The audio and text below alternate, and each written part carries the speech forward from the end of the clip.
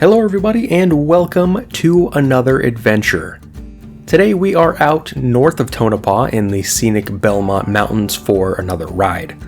And if it seems familiar, it should. I've taken my Jeep out here a few different times. We've been riding out here a few different times. It's just a great place to explore some history, some nice views. And it's been 4 years since we've been out here, so figured it was time for a revisit. On this trip, we'll visit a few different mines, including the impressive Tonopah-Belmont, located on the slopes of Belmont Mountain. And while we've already visited this area a few times before, we'll be taking a deep dive into the history and numerous different ruins left behind at this former lead, silver, and copper mine today.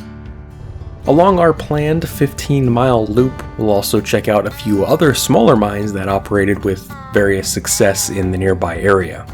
They'll feature a number of different ruins left behind today, and combined with the rugged scenery of the area, should make for a fun and interesting trip today. Our journey begins several miles north by 10 in Tonopah, past the dairies and Central Arizona Project Canal. We quickly got the ATVs unloaded and refueled. Our plan for the day was to head north from the staging area here a bit south of Belmont Mountain, checking out a few different spots and then looping back on a scenic but optional trail. While the main trail does continue on to the paved Vulture Mine Road to the north, which is what most people do, the loop would easily allow us to get back to where we started. It didn't take long, and we were soon on the trail northbound. The trail remained smooth and easy as we headed underneath the power lines and into the Belmont Mountains.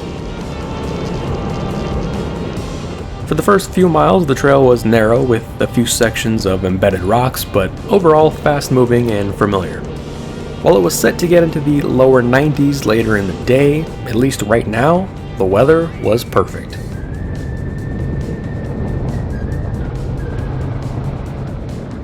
Just a few minutes down the trail, it soon split, and we stayed left where you would normally stay straight to head towards Belmont Mountain.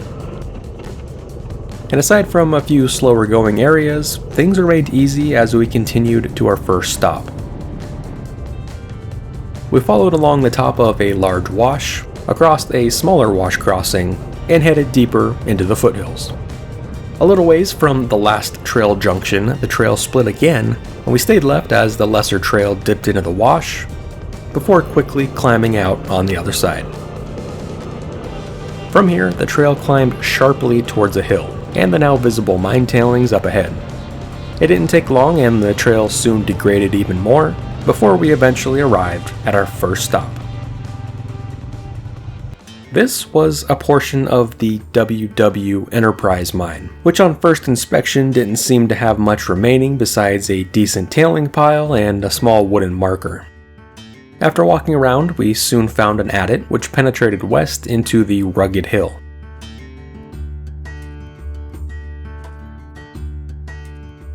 The adit featured an impressive set of box timbering which remained in good shape, but deeper inside was pretty well blocked off. Not much could be seen behind the metal bars, and with an odd smell emanating from inside, we quickly headed back to fresh air. This hillside operation offered a great view of the surrounding area. In the distance was Belmont Mountain, and a small hill nearby seemed to feature more ruins. On the backside of the hill was more evidence of mine workings, although it didn't seem like anything worth checking out. We returned back to the ATVs and soon made our way back down the steep hill.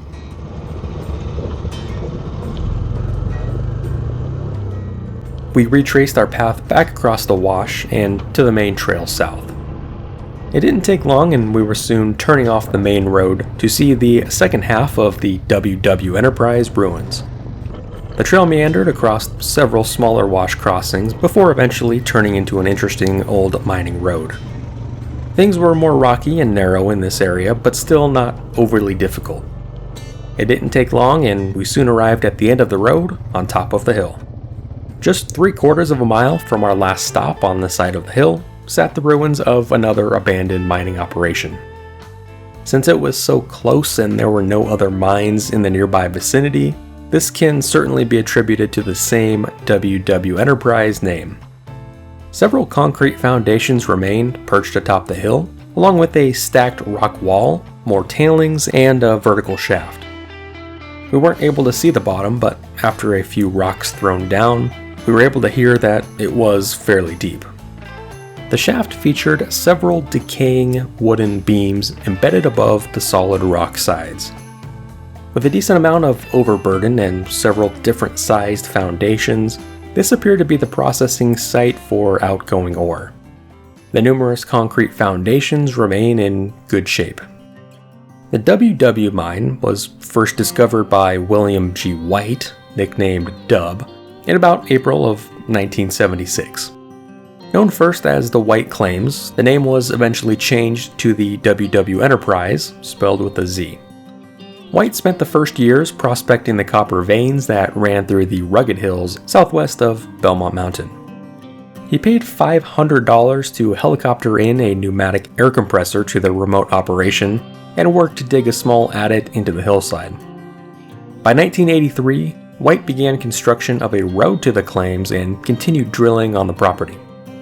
After continued development with moderate results and the creation of a leach test pit, the operation was suspended in early 1986 due to the lack of financial backing. The operation resumed a few months later, but by 1988, appears to have been shut down again due to low-grade ore and subpar leaching results. At its height, the WW mine produced ore with around 3% copper, 1% lead, and trace amounts of gold and silver. While the operation was significant enough to warrant a few adits and concrete foundations, it never gained the large success that Dub White had hoped for. While there weren't an abundance of ruins to check out at this smaller prospect, it was still neat to see. We enjoyed the view from the top of the hill, which featured the town of Tonopah to the south, Saddle Mountain, and a glimpse of Belmont to the north, which would be our next stop.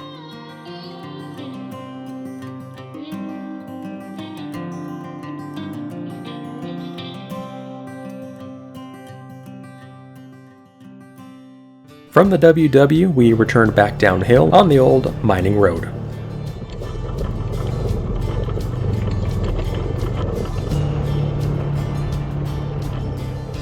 Back across the wash, we were soon on the main road and heading back south briefly. After a few easy miles, we swung left and rejoined the main trail as it immediately dipped into a wash and climbed out the other side.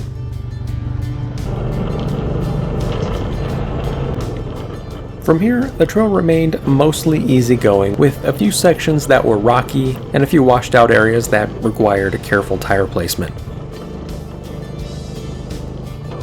If you're coming out, you'll want to have some decent clearance, although you probably won't need to use four-wheel drive. The trail snaked deeper into the Belmont Mountains, passing a few concrete ruins used for water storage. As we got closer, the large waste rock pile and impressive ruins came into view, clung to the side of the small volcanic hill up ahead.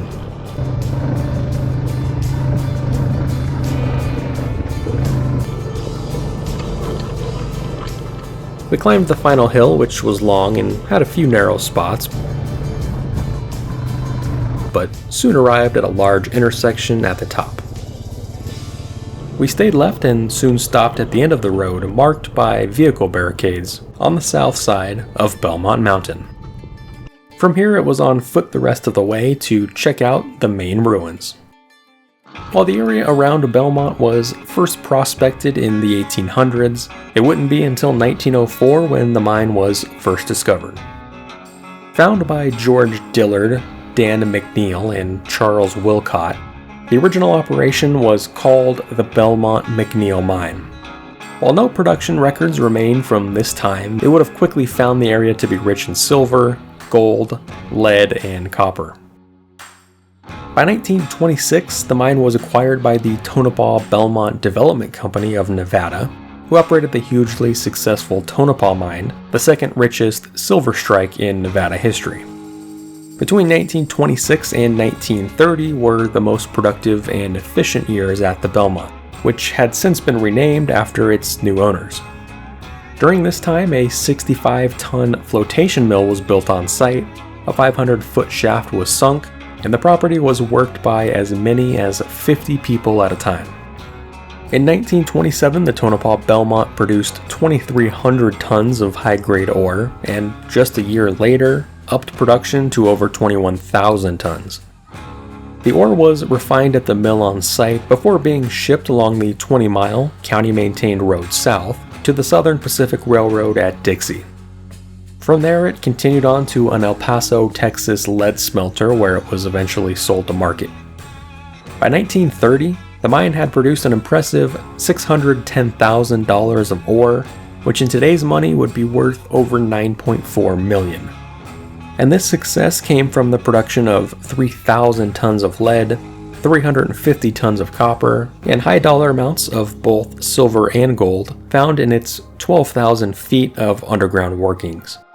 However, the success of the Tonopah-Belmont would quickly be undercut by the Great Depression, which tanked ore values to rock bottom levels.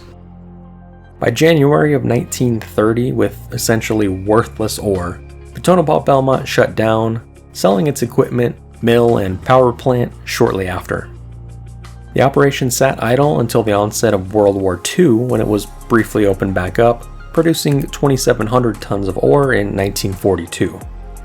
Considered an essential operation, the mine came back to life, sending 200 tons of ore a month to the smelter in Texas.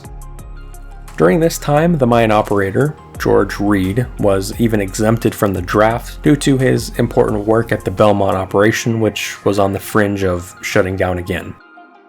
After the war, the property was acquired by the East Vulture Mining Company, who also owned several other mines in the nearby area. During this time, ore was stripped from important areas from within the mine, and the Belmont was essentially overmined. When a new drilling operation was requested at the bottom of the shaft, the state mine inspector denied the request and even condemned the property due to unsafe workings. After another almost decade of sitting abandoned, smaller operations continued in the late 1950s.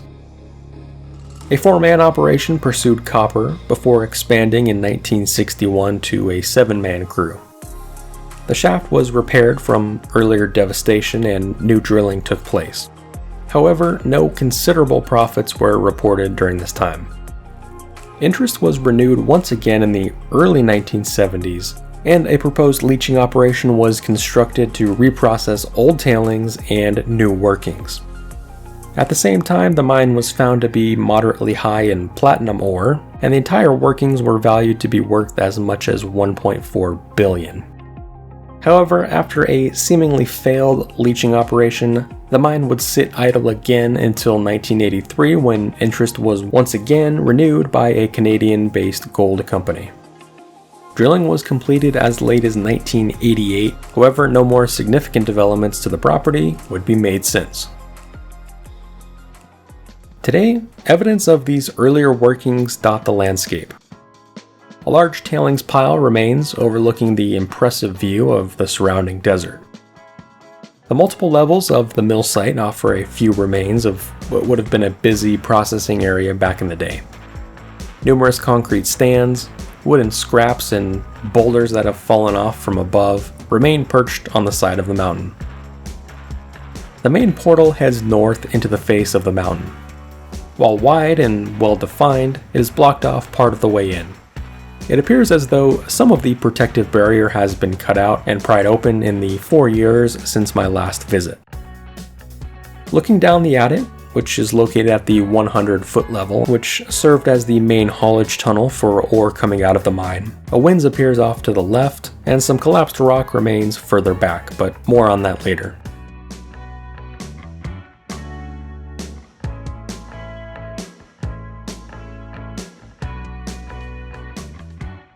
A decent amount remains here on the south side of the mountain, including another entry point up above the main portal. The rugged volcanics that make up Belmont Mountain provided some interesting geology to look at. To the east, more foundations remain.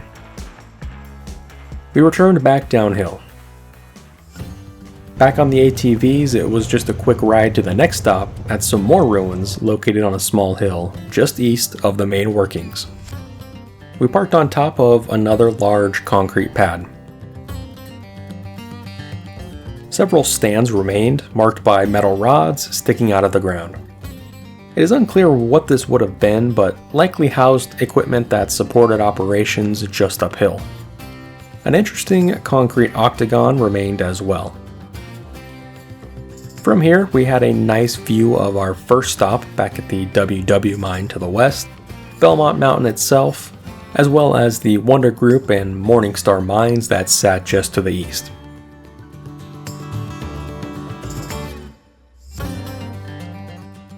Another natural arch and a small building, likely used as an explosive storage, sat just in view.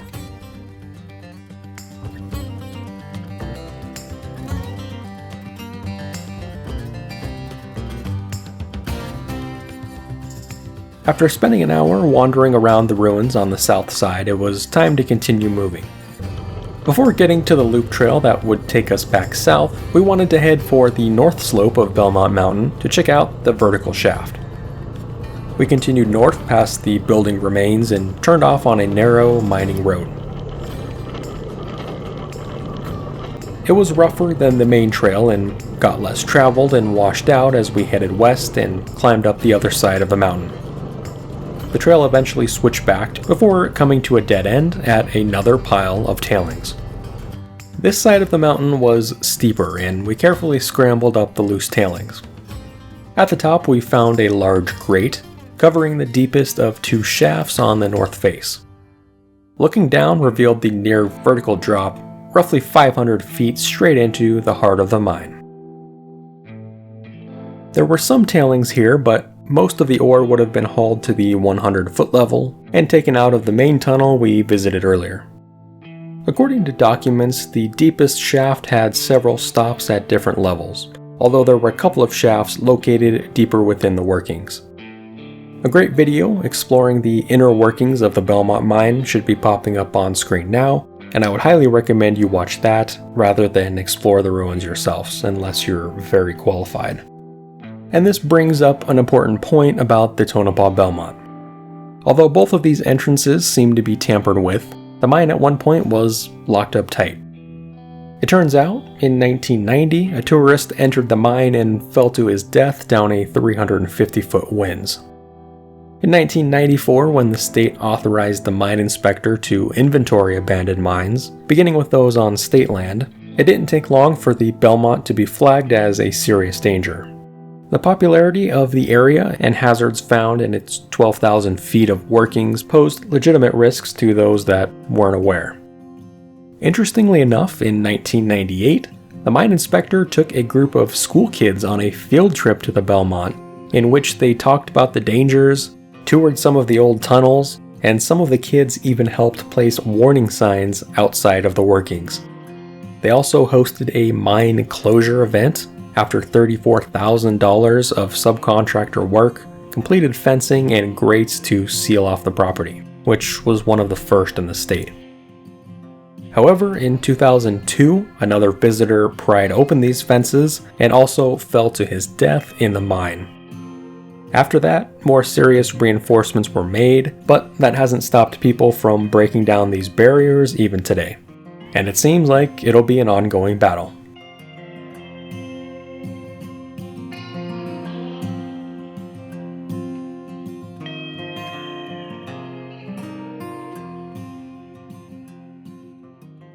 After enjoying the north side of the mountain and checking out this neat vertical shaft, it was soon back to the trail.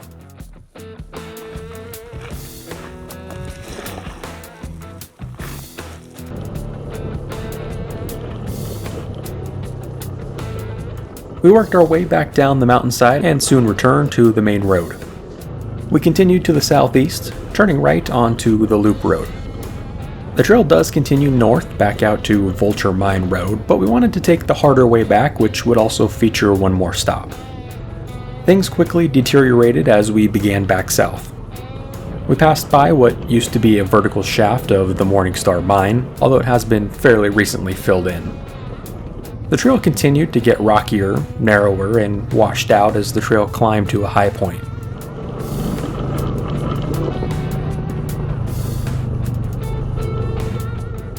On the other side, things remained slow and go for a while.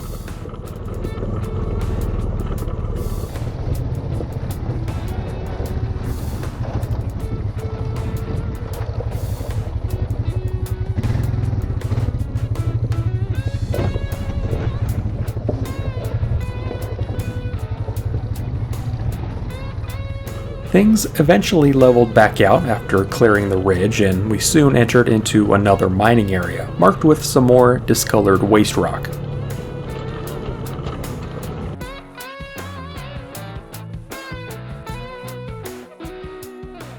This, in conjunction with a few more ruins located further north, seemed to be the main ruins of the Morningstar Mine.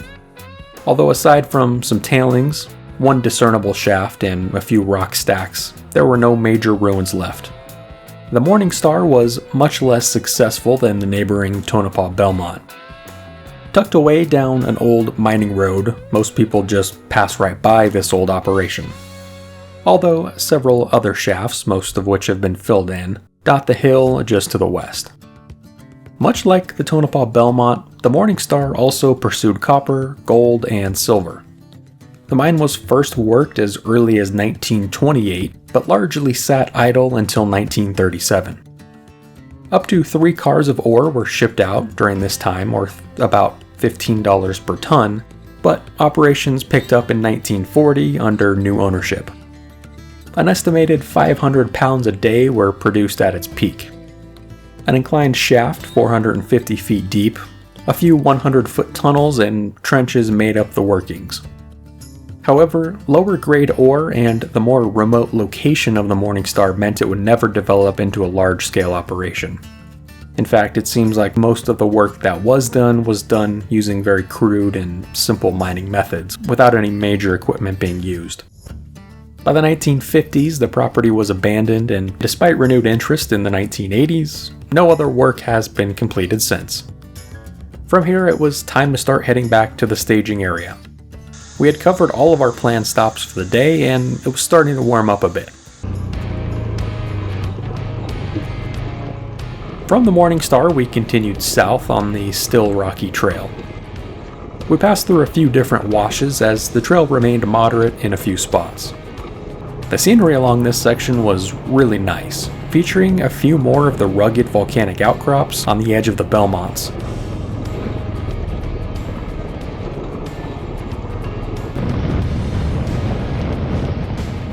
Eventually, the trail smoothed and flattened out again, and a couple miles from our last stop, we turned right at the CAP.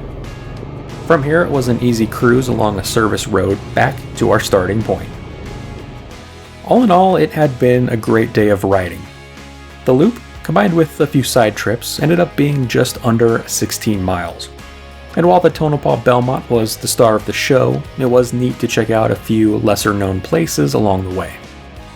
The Belmont's long history of being worked from 1904 until the 1970s, and the impressive, rugged, and scenic terrain, as well as a nice variety of trails and plenty of history to check out. Even though we've been to the Tonopah-Belmont several times before, it was great to return and dive deeper into its history, and it always makes for an interesting ride. I appreciate you following along on the adventure today, and as always, we'll see you on the next one.